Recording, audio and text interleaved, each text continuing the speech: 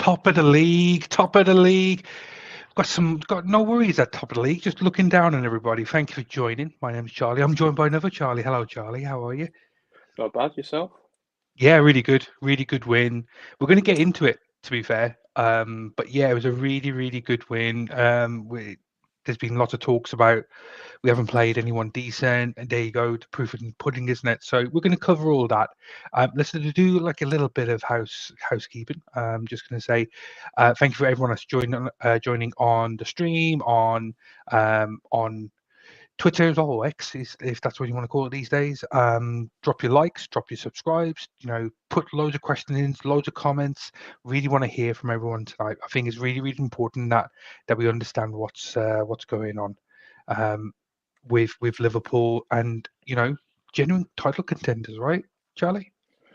I mean, We probably we knew that a still few either. weeks ago. I think we Yeah, knew that a few weeks ago, right? knew it at the start of the season. We were always Yeah. going to be up there. I think as much as we have got a new coach, we've had that foundation of players that have been going for 6 or 7 years, going for the top. And although you've got a new coach coming in with new ideas, you've still got so many top players with those, instilled from Klopp. Yeah, and I totally agree. Totally agree. So we didn't really lose many big players, many first team players as such. Okay, Thiago, but we didn't really count him last season. He played 11 minutes or something, whatever it was last season. So you can't really count him. Matip is always injury prone, so we know the situation with him. And then maybe there's other players that we can think of, but in all, the team, the nucleus has always been there around this team. It's just what Slot is able to do with this team, isn't it really? So can he come in? Can he instill his philosophy, which isn't too far from what we had from Klopp? We got kind of hints at it with pre-season, and we've getting really, really strong flavors as to what he's all about. Maybe there's still a bit of honeymoon period. Who knows? Maybe that actually ended come Nottingham Forest, and he's really, he still talks about it to this day, doesn't he? So Yeah. we're gonna get into the deep dive of the entire match. We're going to talk about the players. You mentioned before the stream you were really impressed with Trent, right? Yeah. Yeah. So and what we'll do, let's talk about first of all, man of the match for me anyway. I don't know who your man of the match was. Who's your man of the match? Let's see if we're on the same wavelength. I think between Jones and Salah, but you know what? I'm going to go for Van Dijk. I'm going to go for Yeah. Van Dijk. Yeah, I am, Right. because I Go and think convince me, because I had Jones. Jones is my man of the match, but tell me about Van Dijk. I think Jones obviously, but let's create a bit of a conversation about someone else. I'm going to say Van Dijk purely because the performances he puts in every week is just it's ridiculous. I think sometimes it goes under the radar all the time how well he does play.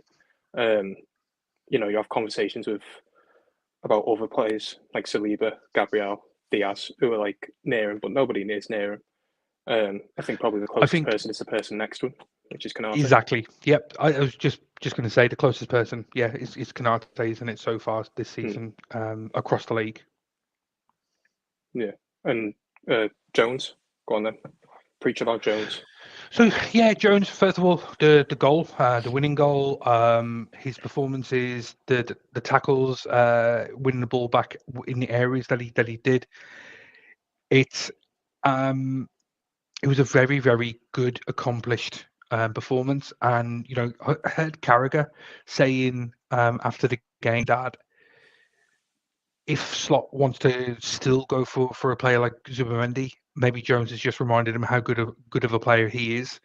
Standing ovation from a very vocal Anfield crowd who aren't afraid to remind players like Jones that you represent the team, you're a scouser in the team. So if you're not performing to the level that we expect you, we're going to let you know. And he got that standing ovation. But yeah, he created havoc in both boxes for me. I'm not too sure what was going through his head when he was put through for the second penalty that was kind of overturned by VAR. Why he didn't pull the trigger? Because he's quite good with his left foot. Even then, it's just poke it past the goalkeeper. But he waited and he waited and waited, and for whatever reason, just kind of allowed Sanchez to close the angle. And yeah, it's probably is the right call for me.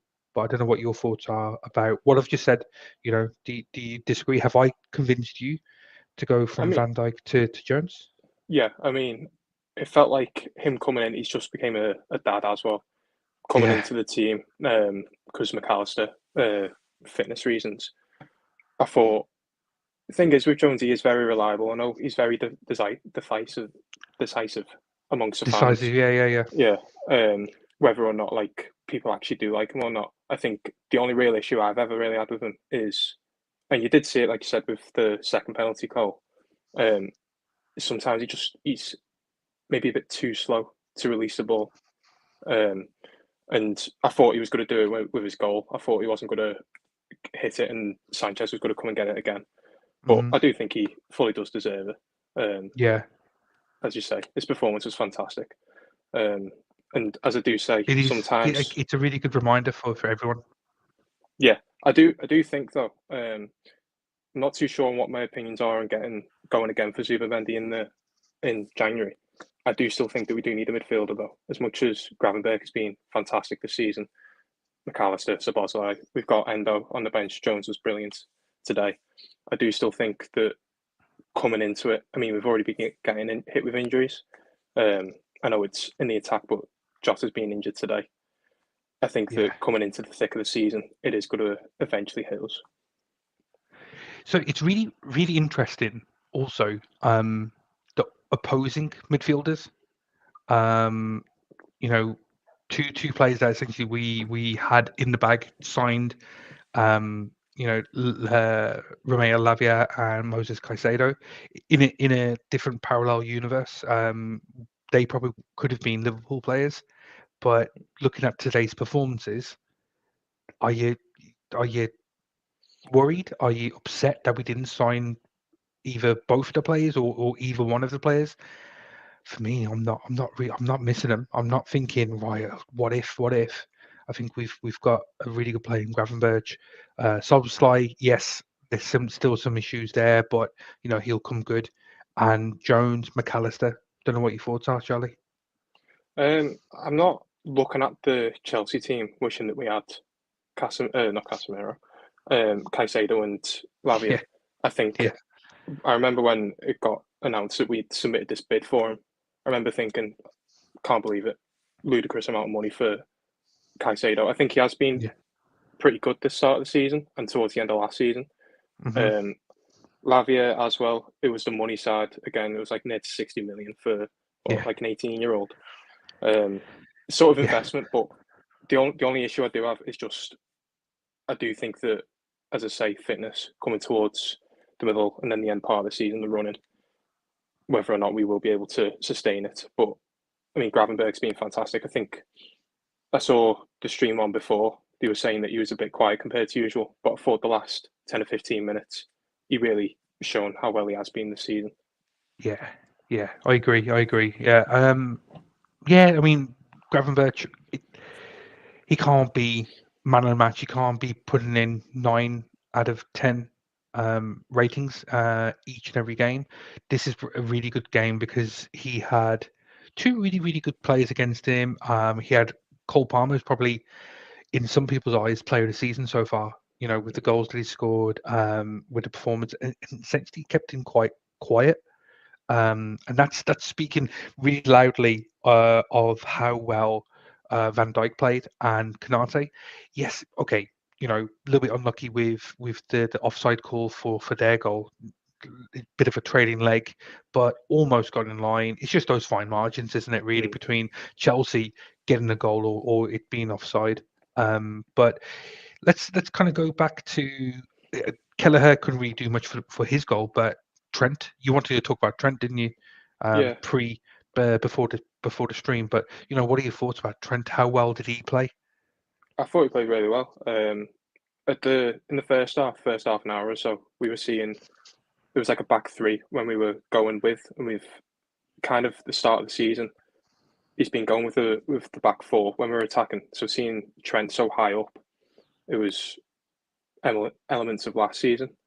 But he kept Sancho quiet. I know there was a penalty shout, which at the time I thought if I was a Chelsea fan, I'd have been a bit fuming. I don't know Mm. what you think. Yeah, no, we've seen him give it, haven't we? But I Yeah, wasn't.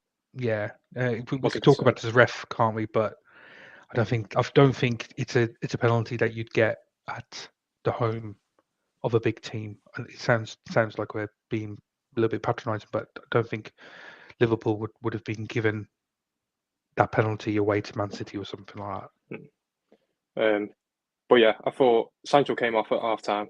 I don't know. I don't think that was anything to do with an injury. I think that was purely Yeah. just because of how well Trent was defending. Hmm. Um, I thought when Neto came on, I thought when Neto was going inside, it was causing a bit of issue.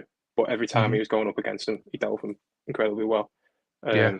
Didn't see as much offensively, his long balls, his passing is what you would have Yeah. liked, but I Hmm. still think it was a brilliant performance from him. Yeah. Yeah. Totally agree. And I think this is where people outside of the Liverpool scope need to kind of realize how good Trent has developed over the past 2 months, 3 months under slot. He's now developed maybe maturity in his own game, where he needs to realize that it isn't always about the Steven Gerrard pass. Mm, Finding that 60-yard pass and then negating what's behind you. What he's actually doing is putting in a really, really solid all-round performance, and it isn't always about the numbers in the sense of assists and goals and all that. Those are the nice moments. Everything should be you got to defend as a unit. And Paul, in the comments, thank you for joining us as usual, Paul.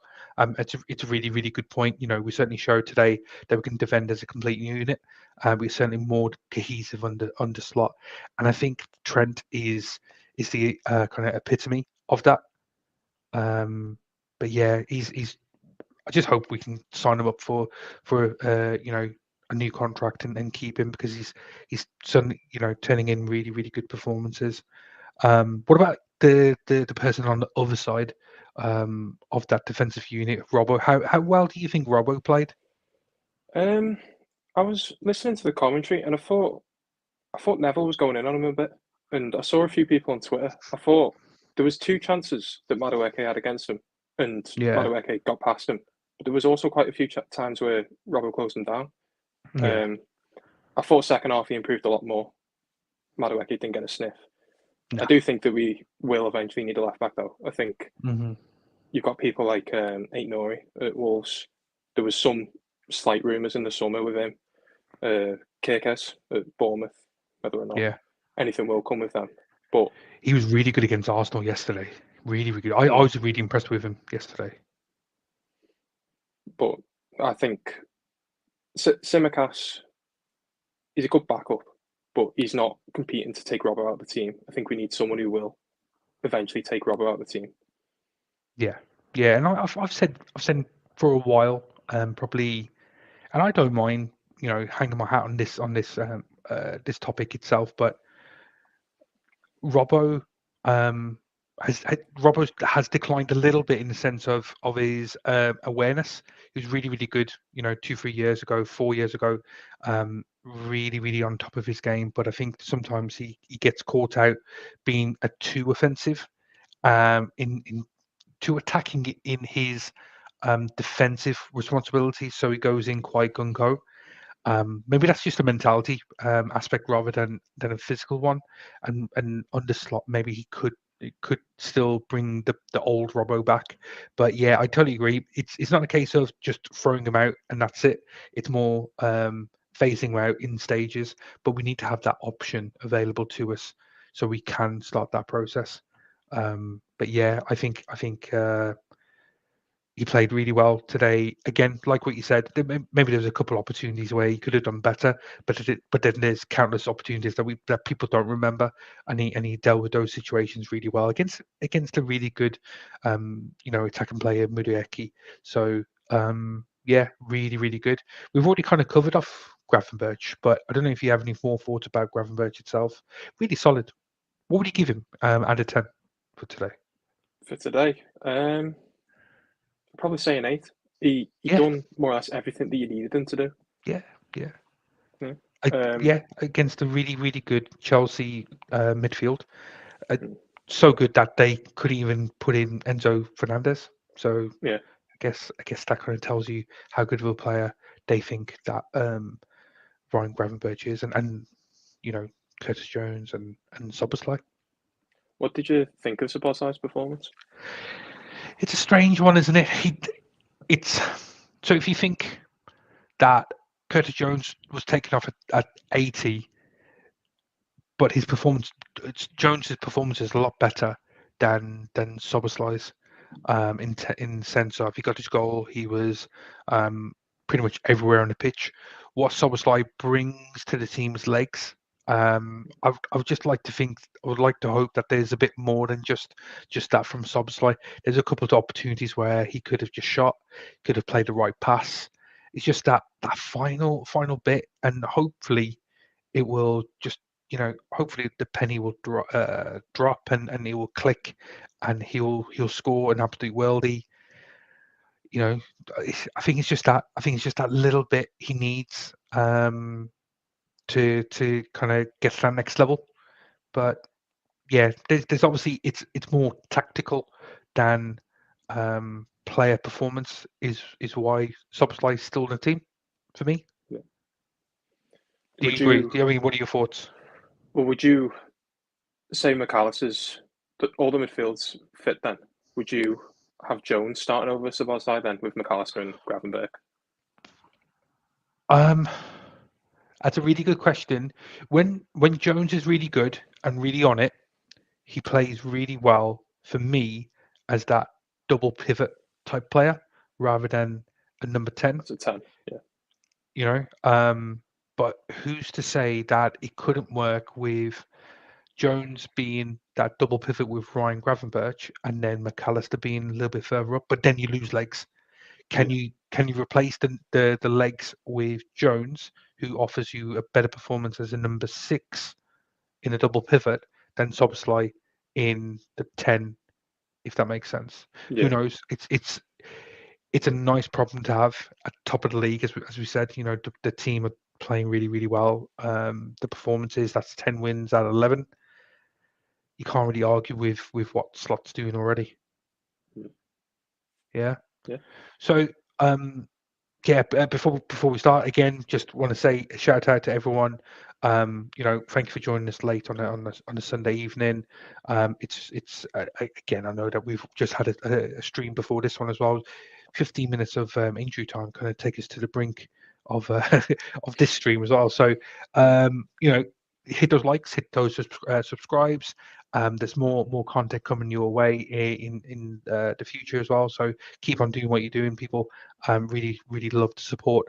We can talk about the attackers as well, and any concerns that you have. Uh, let's kind of start with not Salah, but actually let's go with Cody. What are your thoughts about Cody and his performance? Um, Fairly quiet compared to what he has been, I think, through the start of the season. I still thought that he caused some trouble. I would have liked it was Reece James' like first proper game back in a while. I Exactly. would have liked him to be a bit more direct. Um, but Did we do that too much though? I felt in the first half, certainly in the first 20 minutes, we were playing long balls for whatever reason rather than using the midfield. Maybe that's tactical again because Slot was worried about the midfield and how good they were about overturning the possession. They could win the ball back in certain key areas with Lavia and Caicedo. But yeah, do you think we were just playing that ball a little bit too much? I think, especially on Salah's side, I mean, I think Salah held it up well against Gusto, but Mm, I think more not aerial towards Gakpo, more just getting it into his feet, having Robertson overlap. I know it was obviously we had Trent going more forward in the first half than we did Robertson, but hmm I just felt like with obviously Reece James is a brilliant player, but with it being his first game back, I think it would have been an area to just, especially with Tossen, he was on a yellow card. after the first 6 minutes. So it would have just been a good area to just bombard, sort of thing. But yeah, I I didn't realise, completely forgot when the team news was announced. I was shocked to see Gakpo playing instead of Diaz. Then obviously Diaz has had international duty being over in South America. Yeah, But yeah, and that's always the difficult part, isn't it? So McAllister didn't play today because of that situation, and I think Slot's actually learnt from the previous time where we had international break and we played Forest, where he kind of persevered with McAllister certainly. yeah, I can't remember if Diaz actually played that game or started, but relying on the South American contingent that we have in the squad a little bit too much, where they travel for too many hours, too many miles, and it just takes it out of you. mm, So having the confidence to allow Gakpo to play. But yeah, certainly just like what you said, you know, didn't really trouble the goal as much as I would have liked. Had maybe a couple of opportunities which he probably should have done better with, considering Gakpo's shooting ability, certainly from range. But it's just one of those. Maybe it's just one of those opportunities that he just didn't quite take when Reece James has just come back from another long injury. mm, And what about yeah. when well, actually, let's move across. Jota,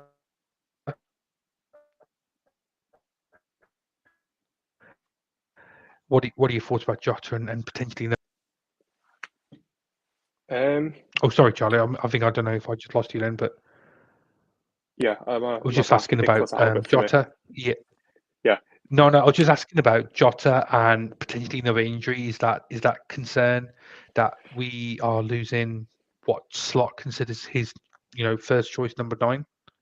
yeah. I think it's obviously not too sure what the injury to a full extent, how long he will be out for. I doubt it will Yeah. be missing Leipzig. I mean, I think he'll be missing Leipzig. Hmm. Um, but as much as Nunes didn't attack the goal, I felt like he'd done well in terms of the circumstances of the game. I thought as soon as he came on, the link up down the Defensively. right hand side with Salah, yeah, and defensively, Yeah. um, he had that ball that played to Gakpo. He played it just behind Reece James, I think, and Gakpo again should have done better with it. Um, but it's one of them. I think Jota's our main striker, our main centre forward. As much as you'd like to put your belief into Nunes, we've seen it too many times where he misses those big chances. Yeah. Um, but then we're blessed with people like Salah, Gakpo, Diaz, who can Hmm. fill in those positions of Yeah. scoring. Yeah. Yeah. So I think it's going to be interesting if it is a long injury, or maybe it's just hopefully it's just a bit of bruising of the rib, because Yeah, that's where he got the injury. I think it is the rib injury. Maybe a bit of bruising. Hopefully, I can't see it being a break, but you never know what happens with Jota. He gets the worst injuries, players landing on him, causing him knee injuries. I remember in the past. I think it may be in Brentford, or yeah, I think it was Brentford when one of their players just landed on his knee, and it looks like this one here, a player tossing yeah, the tosser landed on really poor. Sorry, yeah, just landed on Jota. So yeah, just one of those freakish injuries that he keeps on getting, but it gives an opportunity again to um, to Darwin, for him to come in and kind of really stamp his ability, his credentials, right? Well, do you have belief? Do you think he can actually do this? Is this the opportunity? Just like Konate coming in at the start of the season against Ipswich, just like Ryan Gravenberch getting the opportunity to be the number 6. Is this now Darwin's turn? um, maybe on the slot. Maybe I think the difference with the two examples you said there, Gravenberg's had that year to settle into Liverpool, to you know sort of get his home life in a way sorted as well, to then feel comfortable to then play properly on the pitch. Whereas Nunes has been here now for his third season. I'm kind of running out of hope with him, because as much as you see these performances against Chelsea, the running around, the defensive work, it's brilliant. Mm, It's those. vital moments, and that's why everybody loves Jota so much, because Yeah, in those moments, 9 times out of 10, he will put it into the back of the net. Whereas with Nunes, you always have that bit of doubt. He's brilliant to watch, though. Football he's wise, chaos. it's Yeah, yeah, he's yeah, madness, isn't he? exactly. Entertainment. But I think it does need to take the opportunity. If Jota's going to be out for a while, even if he's only out for the midweek game against Leipzig, Hmm. get a goal. Doesn't care. Doesn't matter how it is. Just get a goal. Um, Again, play how you did against Chelsea, and yeah, it puts that bit of belief back into the fans as well.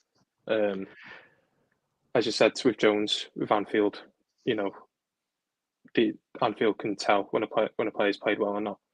Yeah, Um, I've been in there before, and the amount of times he's offside, Nunes, and it can get onto him. Whereas if he starts scoring every now and then, starts picking them up when he does get the opportunity, he'll get the fans back on yeah. his side.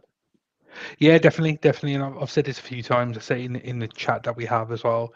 I think there's a player there in Nunes. He wants to score, but he doesn't know how to do it. In the sense of being able to read the line, when to make the run. You put the ball in front of him most of the time.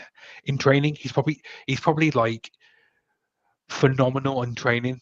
He scores absolute worldies. We've seen in the training, the inside Anfield inside training videos that Liverpool send out, and he's scoring goals. He's scoring, top bins and all that. But when it comes to match day, because he's playing obviously against opposition and they're trained for offsides, he doesn't maybe have that ability to read the game. Mm. He wants to score, but he doesn't know how to do it. I don't know if that makes sense. When you can look at Haaland, Haaland can just his ability to read the game doesn't offer you anything else, but as a goal scoring threat, he knows what to do, when to do it, and I Mm. think that's the issue with Darwin.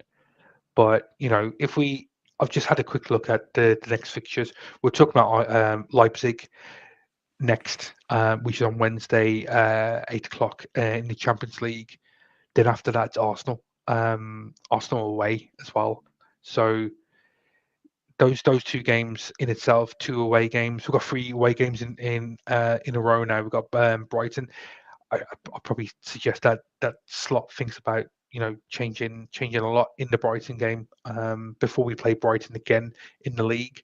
But those next two games, what are your hopes? Do you think we can still persevere with the same team? Nunes probably coming in, or do you see someone like Gakpo going into the number 9? I think Nunes will be given the chance against Leipzig, depending on how he does. I think if he puts out a good performance, obviously, I think he will be selected for the Arsenal game. Um, And Arsenal don't have Saliba. yeah, without Saliba, they won't have Odegaard either, will they? No. So I think the Leipzig game will be a tough one in the league. I think they've only conceded like 2 goals the whole season, but All they have right. lost. They've lost Yeah. both Champions League games, so they'll be Hmm. wanting to prove something. Obviously, with them being at home, um, and then, but realistically, again, should be going there and winning just because of how well we have been this season. And then the Arsenal game. That's as much as Chelsea was our first like big team to sort of play this season. They've got a new coach. They've got all these players that they're trying to fit into the team. Yeah. Arsenal's the big game, the big test. Yeah. And I mean, what do you think? Do you think we will go and get 3 points? Or? Yeah, yeah. So I mean, I'm going to discount the Champions League game because the only reason why I say we've got two games, we've played two games, we've won two games. We can afford to drop the odd game here and there in this group new stage process, right? But when it comes to the league, um, Arsenal going to be desperate to win. The reason being they're 4 points behind now. They lose against us next week. That's 7 points. They can't have that. This is one of those situations where it's do or die for Arsenal. It could play into our hands in the sense of it opens up opportunities. They haven't got their best players in Odegaard and Saliba.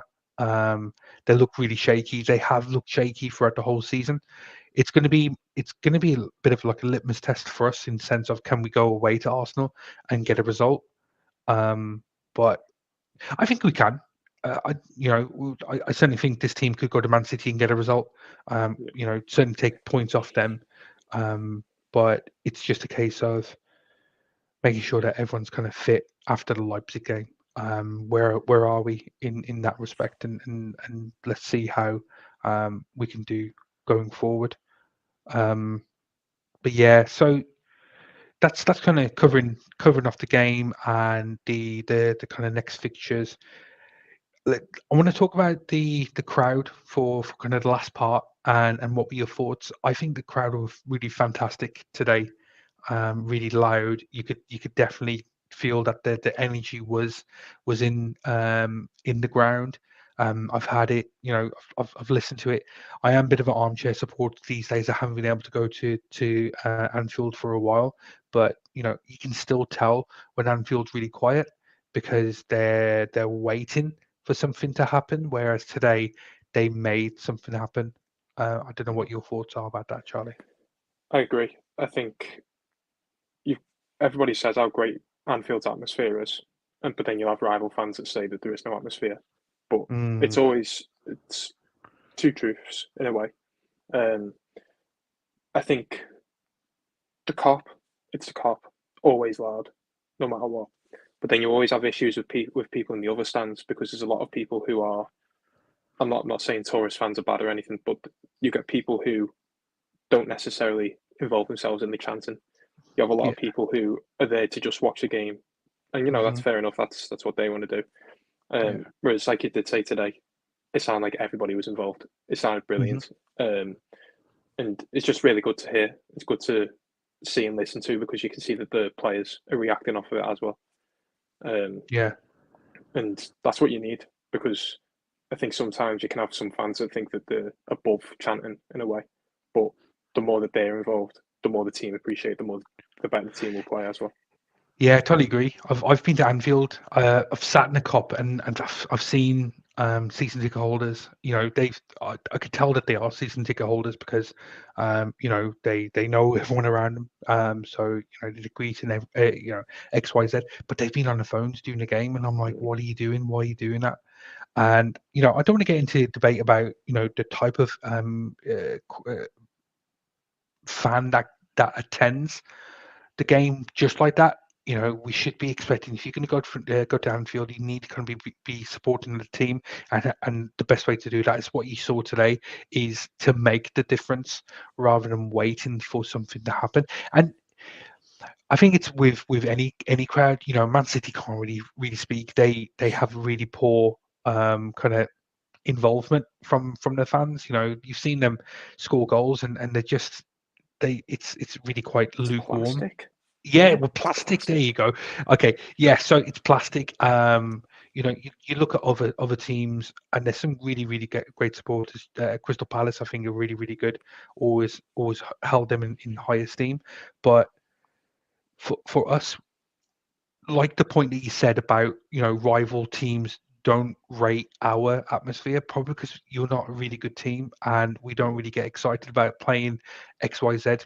Forest or whoever. Maybe that was the situation at that point. We don't get too excited, but really we should be.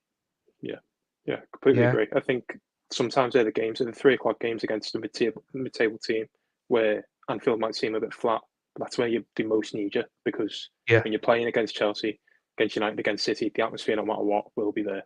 Even if you're 2 hmm, 0 down, it's going to be there. yeah, Whereas sometimes the 3 o'clock games, I mean, we saw it with Klopp as well, and the amount of times he was trying to get the fans, to actually do something. And yeah, I'm not, as I said before, you'll have tourists come. It's not just tourists; it is you also yeah, your season ticket holders, as you do say. hmm, Um, but as you say, just to wrap that bit up of what I'm saying, um, everybody has to get behind them. It's not just oh, we'll score like City. Yay, well done. It's need you from the first minute into the last. yeah, yeah. And I think this one, I did want to bring up this point about Lucho's song, and it was bouncing. It was really good. I loved listening to that and how the crowd are kind of taking on that song. And interestingly, the way I always kind of thought about it, when we get a good song, just like the Jota song from a few years ago, that's when we start seeing Liverpool play really good football. Yeah, That's the feeling that we get around the club is, oh, there may be something actually happening here. You know, LA. At that point when we had that come through, the Bobby song was just the absolutely, best one. beautiful. Yeah, I love that song. Mm. And then now it looks like there's a new song that's come in for Luis Diaz, who deserves a new contract himself as well. I think he's been phenomenal this season. But yeah, maybe there is something happening. Maybe there's Yeah, a feeling that we're getting or will start to see going forward. yeah, just about the chance as well. Alexis McAllister's one, really like that one. Yeah, yeah, I was at the Bologna game, and for like the last 10 minutes, where I was sat, everyone was just singing it for 10 minutes straight. And they're the songs, as you say, like the Firmino one, Van Dijk's yeah, one as well. yeah, It's that feeling of like we're back. We're not just like you have some awful fan chants, but you have some great ones, and yeah. that's what brings everybody to then start singing together and encouraging the team. Um, yeah, hopefully we don't make any like Arsenal and rock them off different teams.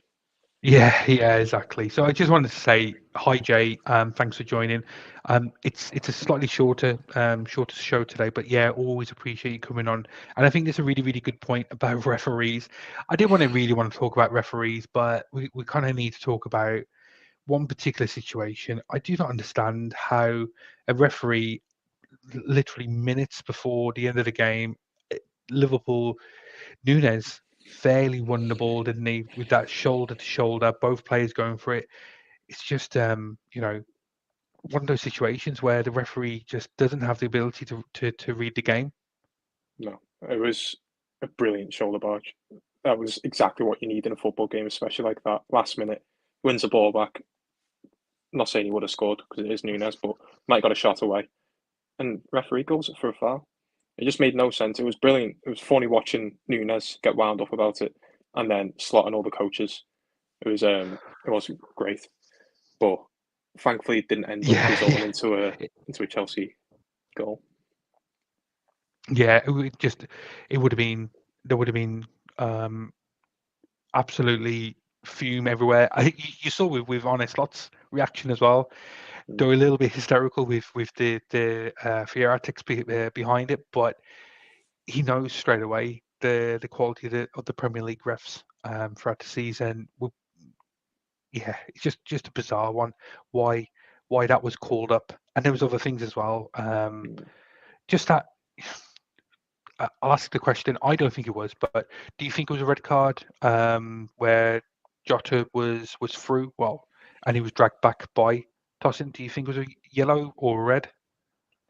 Yellow. I thought at first I was thinking, "Oh, Saliba was sent off. Why isn't he sent off?" Yeah, But when it shows like the ball's going out towards the right hand side, yeah. Cole It's was it's there. that swerve, isn't it? Yeah. But Slot's cracking, by the way. Slot is cracking with the English referees. I think he came in and he seemed quite cool, and he does seem very cool, especially in his press conferences. He comes across brilliantly. But Yeah. I think that's maybe the second time that you've seen the referees are really getting to him, and you know how bad the Mm, referees are if he's yeah. getting wound up. Yeah. Yeah. Totally agree. Totally agree. And it was when the full time whistle went. Slot was on the pitch. He was ready to go to war, and he just reminded himself, actually, I need to say congratulations, or be courteous to Maresca, Yeah, um, the Chelsea coach as well. So before he actually went in on the referees, again, the referees was just dreadful. But Jay, thanks for the news. I think we were kind of alluded to this earlier, and it is Jota's ribs.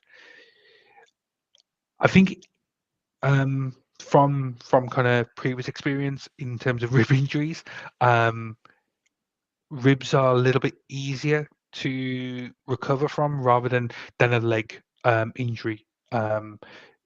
He may struggle to last 90 minutes, but a little bit of injections, or as long as it's just kind of a bit of bruising, he should be okay. But the hope is that it's not a break, because that could be a few weeks rather than a few days yeah. being Well, out. So yeah. I'm not a doctor, but he stayed on for like 10 or 15 minutes afterwards, didn't he? Whilst Nunes warmed up. So I assume there was no like big worry sort of thing to get him off. Yeah, and maybe it was the challenge for the penalty that just knocked the wind out of him, and just yes, and because we scored, we said right, let's take the opportunity, let's get him off, and get some fresh legs. Maybe there was that opportunity to do that, and hopefully that was the reason behind it, rather than it is actually a bad injury. Yeah, Yeah. So again, Jay, just gonna we'll cover it off at the start. So I said Curtis Jones as man of the match, and Charlie had originally Virgil, but I said may have persuaded him that it could have been yeah, Jones. yeah. I mean, I Equal, just wanted to pose it. Yeah, I just wanted to pose it because I think his performances that he does put it, it's consistently like 8 out of 10. Yeah, 8 out of 10s every week, and Yeah. he is the greatest. He is the greatest. Yeah, definitely. That's a good conversation that needs to be had. Certainly at the end of the season, if it is his last season with us, we definitely need to be talking about. There needs to be a discussion across the whole of Premier League football as where does Virgil fit in the line of greatest centre backs in Premier League history, and I think he's certainly in the top two. Maybe who that number one is. That's up for debate, but Verge for me is the best I've ever seen. Best I've ever seen, and I've been watching football for a long time. Not trying to tell you my age, but yeah, been I've been around. I've been here a long time, so yeah, I've seen football. I know I've seen some really good players as well. Internationally as well. So who knows? That's probably a conversation we don't want to have, because we want him to sign a new contract, stay here for another 2-3 years, build on that legacy, get some more titles, European titles as well. Competitions like Champions League, etc. So who knows? Let's see. Um, But yeah, sorry, go Charlie. You got any I, more last thoughts? I was just going to ask just quickly before you do send me to bed. Do you think the three will sign the new contract, or if not, do you think any Um, of them will leave on a free? So yeah, I put a poll up in the chat. I don't know if you saw it, but so I asked who's going to be signing, and the general consensus was, and I think I agree as well, is Trent is the most unlikeliest to sign. We feel that, or I felt that he probably will leave at the end of the summer. Virgil is the most likely to sign, and Salah's a little bit 50-50 for me.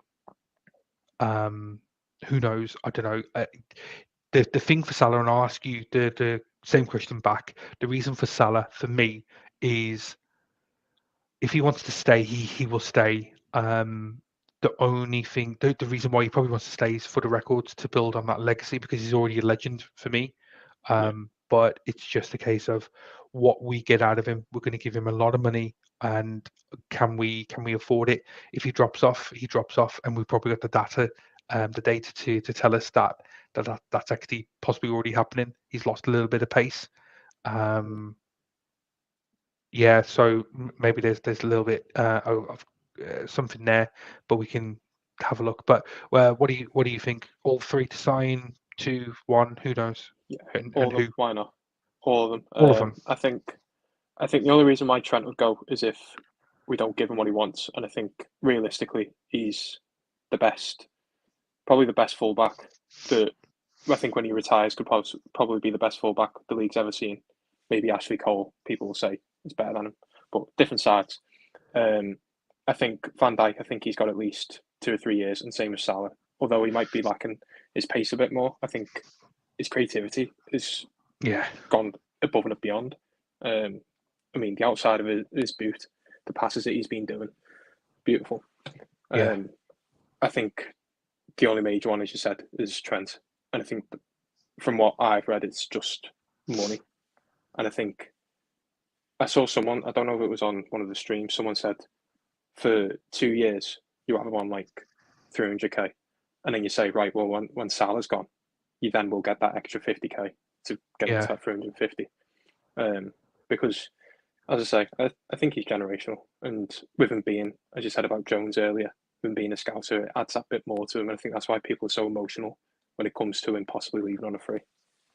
Yeah, yeah, and I think um, do you would you pay? And I'm not an accountant. It's not my money, but would you be paying 300k plus for a right back? Regardless, I know he's the scouting team vice captain. He's got all these accolades, all the records. Is a player in that position worthy of 300 grand a week though? Yes, yes, yes. I think he's going to be a future captain. I think his play overall is just brilliant. He leaves on a free as much as Connor Bradley. I think last season, brilliant. His time at Bolton, he got like player of the season. As Yeah, much as he'd be a brilliant, like all the faith in him coming into it, I think you've got Trent there. He's got at least what 8 years of him yeah. possibly being at the top of the game. 26 now, isn't he? Yeah, Something so. I think it'd be criminal to let him go, even if you put him Yeah, on a new deal and then sell him next year to at least get some money back. I think he's too good, and I know it's a lot of money for a right back, but how influential he is. Well, I yeah. don't know. Look, maybe you disagree. Maybe you think that's too much. Um, yeah. I'm not. Again, it's not my money. So if he stays, then great. If he goes, I I don't know if it's all about money. I think maybe he's mentioned it before because he was speaking to Eze while on international duty about the career and the aspirations that he has. So there's two ways you can look at it. He can go to Madrid, and it's an easier league to win. Madrid or Barcelona seem to be the only two teams that win those leagues. It's whether he wants Champions League trophies, and he feels that Madrid are going to be the best opportunities for him to build on that legacy. He's probably seen Jude, his best mate, Yeah, being at Madrid, and he's probably selling the story, selling the lifestyle, etc. to Trent to say, come on, and then there's that it's an easy sell because Madrid don't need to deal with Liverpool yeah, at all. They could wait until the summer, and then they can land him for a really good price. And they've already kind of done that with Mbappe and other players, haven't they? So they've got a strategy about recruiting players as well. So it works for them. Who knows? yeah. I think. Do you think Gerrard's in his ear? You know, like when he was close to joining Chelsea. Do you think he's in his ear? Like, look, I didn't win a league, but I've retired because I think I know what clip you're on about it because he says he wants to look back on his career with all these trophies, but I think he also Yeah, says like he just wants to know that he's done his very best and that he can look back now yeah, and enjoy it.